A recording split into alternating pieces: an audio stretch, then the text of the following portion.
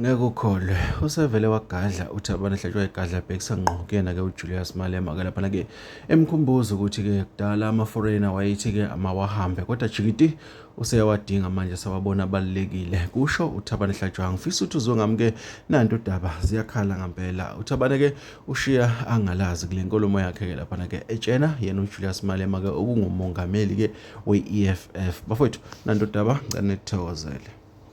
Malema usugugile mfana kithi, hlala phansi manje. Le nto yakhe ukulibelula izimpi ezingenasicoco. Wena useyicontradictor too much. There are videos of you in the past whereby you were saying foreigners, if they have strength, let them go and use their strength at home. Today when usuthi no foreigners should go. Malem, indlala noma yini? Indlala na noma yini?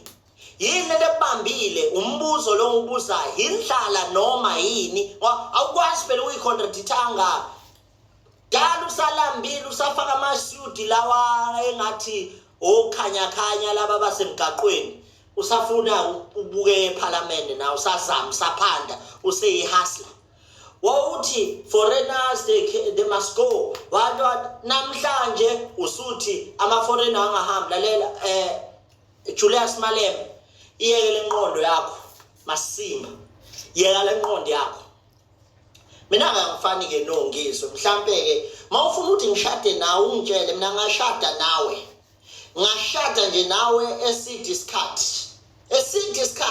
uchithe futhi South Africa ibhekile angisabike mina ukuyoshada nani phela ongizwe suka uyitholele lapha awusungaze ucela donation nje ngesitayela ngabameli fuck indaba yenu uyaganga wena bengafanelanga ukuthi uzubopha umfowenu umsuyishe msunu wenje amalebe phela lento uMalema iyazazi nathi ayingamalebe nje so fuck indaba yayo there's nothing he can do, nothing he can say. He must just shut up.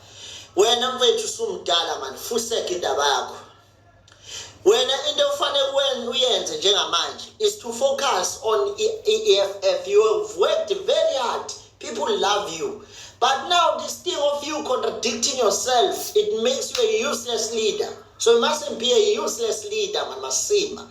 Awuthi kha hlale phansi.